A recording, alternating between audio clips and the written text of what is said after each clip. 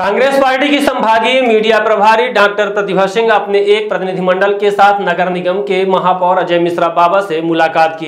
उन्होंने एक लिखित पत्र भी सौंपा है। डॉक्टर प्रतिभा सिंह ने कहा कि नदियों के घाटों पर पूजा पाठ से लेकर विभिन्न प्रकार की सामग्रियां फेंकी जाती हैं जो नदियों को प्रदूषित कर रही हैं। उन्होंने नगर निगम महापौर से मांग की है कि नदियों के घाटों पर कचरे के लिए कुंड बनाया जाए और उन कुंडों की लगातार सफाई हो जिससे पर्यावरण की रक्षा की जा सके। आइए सुनते हैं डॉक्टर प्रतिभा सिंह ने अपनी मुलाकात को लेकर क्या जानकारी दी है। आप लोग महापौर से मिलने पहुंचे हैं यहाँ पे, क्या बेसिक प्रॉब्लम है जिसको लेकर के आए हैं या फिर जो भी मुहिम चला रहे हैं उसका मोटिव क्या है? नमस्कार भैया, मैं डॉक्टर प्रतिभा सिंह, कांग्रेस सचिव हूँ, प्रदेश सचिव। यहाँ पे बेसिकली जो धार्मिक स्थल और पर्यटक स्थल है जहाँ पे बहुत लोग जाया करते हैं, लेकिन उन बहुत सारे स्थलों पे डस्टबिन नहीं लगे हुए हैं जो कि एक बेसिक नीड है, मतलब साफ सफाई की जरूरत है।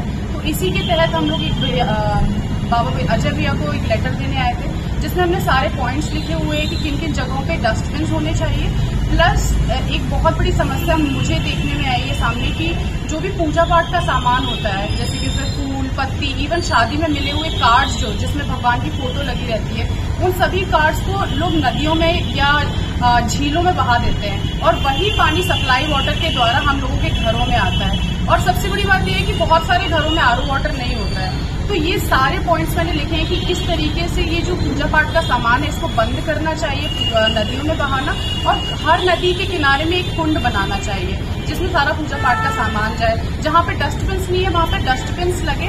और लोगों को सबसे ज्यादा एक चीज की जरूरत लगी कि लोगों को जागरूक करने की बहुत जरूरत है कि पूजा पाठ का सामान ऐसे नदियों में ना बहाएं।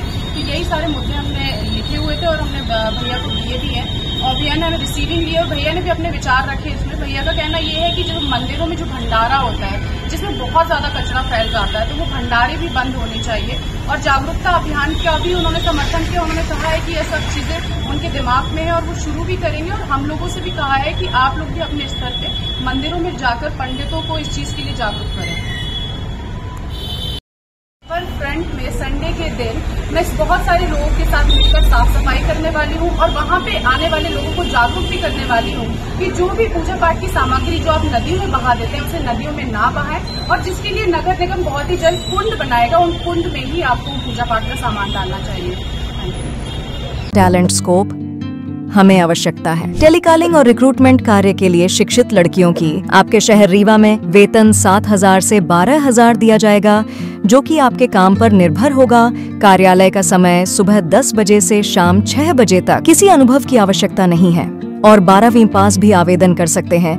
प्लेसमेंट या ज्वाइनिंग के लिए किसी भी प्रकार के शुल्क की आवश्यकता नहीं। इंटरव्यू के लिए संपर्क करें। हमारा पता है talent scope, 3rd floor, lotus tower, Vishnu Vilas hotel के बगल में, खुटेही, रीवा। हमारा नंबर है 079 99 036 20, 096 91 46 80 08।